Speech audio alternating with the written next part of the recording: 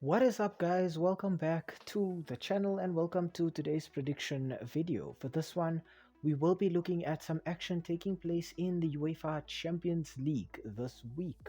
On Wednesday, the 18th of September, we are off to Paris at the Parc de France as we see PSG hosting Girona.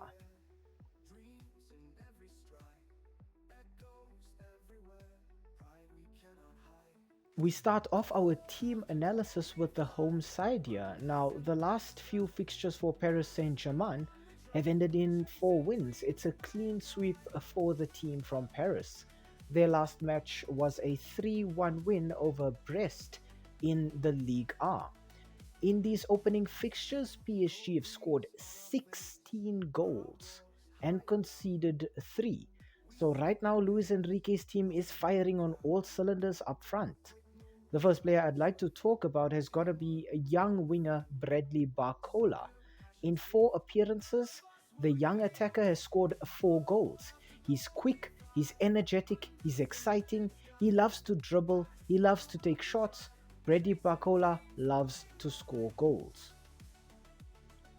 Next up, I want to look at French winger Ousmane Dembele. In 4 appearances for his club side, Dembele has scored 3 goals and contributed 3 assists. With Ousmane Dembele, PSG have, I think, a perfectly two-footed player, a player who can go out wide and deliver crosses in, cut in and take shots, but he can do it on both wings and he's equally dangerous wherever you deploy him. Ousmane Dembele is also very quick and he's the kind of player who looks to use his pace to just catch the opposition defense off guard and then just cause havoc all over in the attacking third. Finally, I'd like to talk about Portuguese attacking midfielder Vitinha. In 3 appearances for PSG, Vitinha has provided just 1 assist. When I look at Vitinha, I see that kind of attacking midfield player who likes to sit deep and just dictate the play, control the tempo of the game, but can switch it up in a split second, running with the ball at his feet, taking players on, and then taking shots at the opposition goal and scoring great solo goals. In Vitinha, I think PSG have a midfielder who can score goals with just as much efficiency as an attacking player.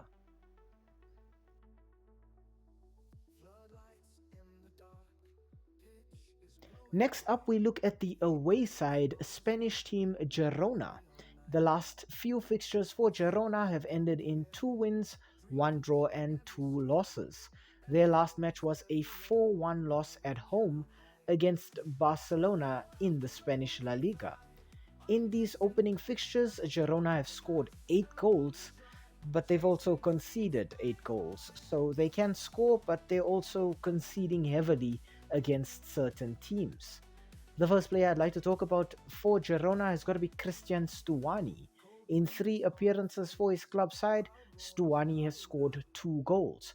Stuani was the player who came off the bench for Girona and scored that goal against Barcelona. Unfortunately, it proved to be nothing more than a consolation, but I think that sums up exactly what you're getting with a player like Christian Stuani, a player who knows how to hit the back of the net, who knows how to pressure the defense, and who can score with both feet or his head if it's necessary.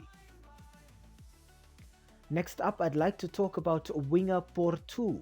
In 5 appearances for his club side, Porto has scored no goals, but he has contributed 1 assist. With Porto, I see a player who's very direct. He's always looking to get crosses into the box. He's looking to cause havoc all the time.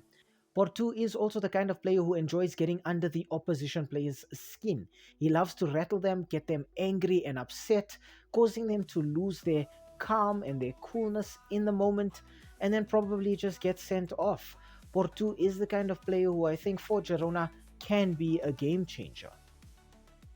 And finally, I'd like to talk about centre-back Daley Blind. In 5 appearances, Daley Blind is yet to score or assist for Girona, but he's a very solid player. He's very intelligent. He knows how to use his physicality to deal with opposition attackers.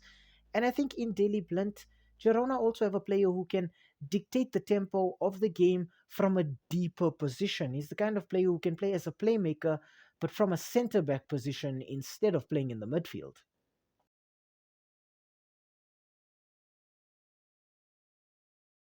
Okay, looking at the head to head between these two sides, because this is Girona's first time in the Champions League, there's no history between these two teams, no head to head matches, no stats to talk about.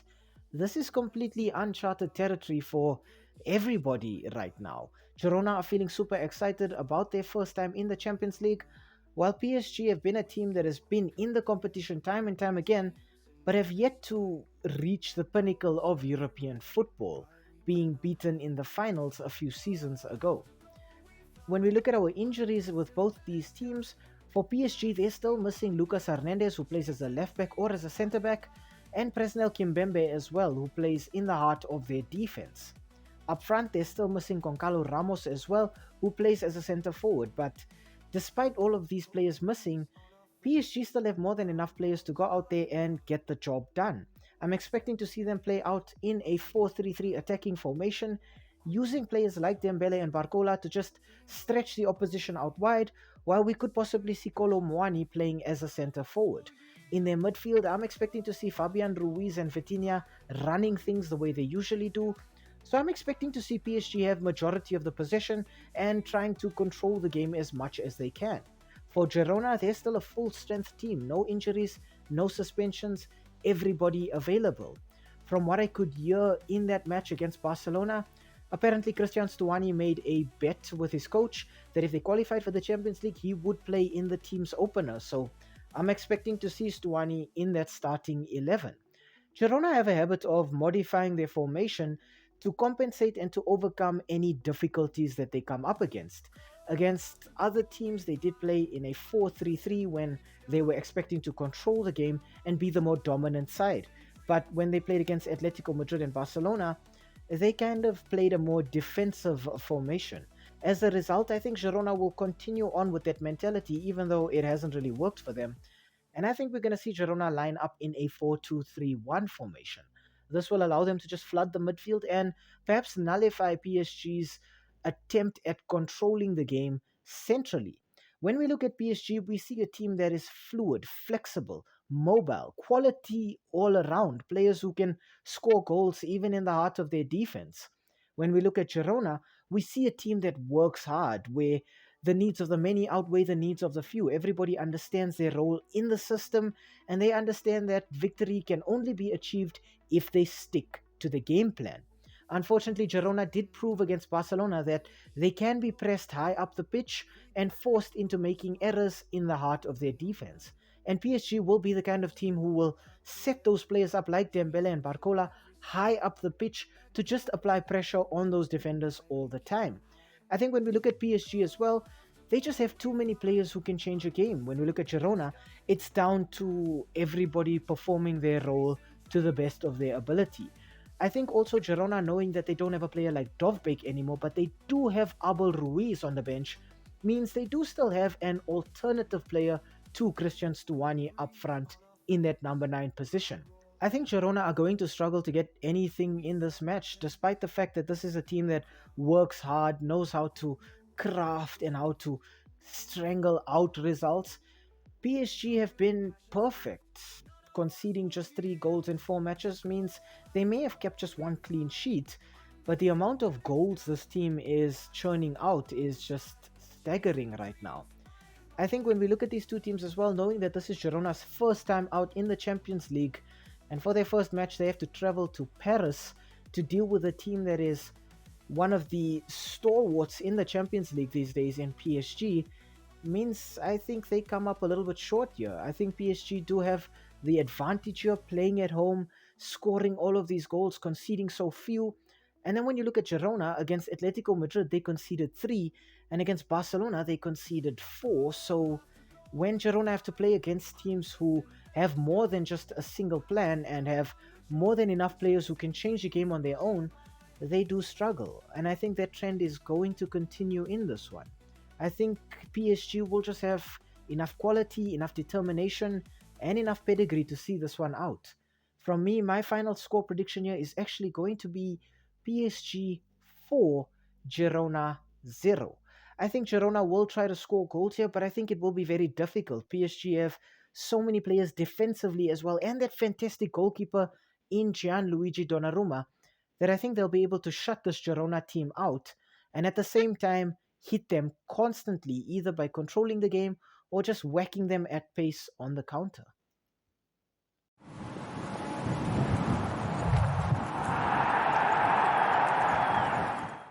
Hi, thank you for making it to the end of this video. We really appreciate the watch time and the fact that you took some time out of your day to spend it with us talking about the sport that we all love. If you enjoyed the content, why not, drop a like down below or comment in the comment section. Um, Maybe even consider subscribing to the channel. And I mean, while you are here right now, have a look at some of our old videos too. They should be appearing on the screen right now, along with that subscribe button. So you know exactly what to do. Um, Thank you so much. It really helps with the YouTube algorithm. And have a great day out there. And we hope to see you again very, very soon. Thanks. Stay safe.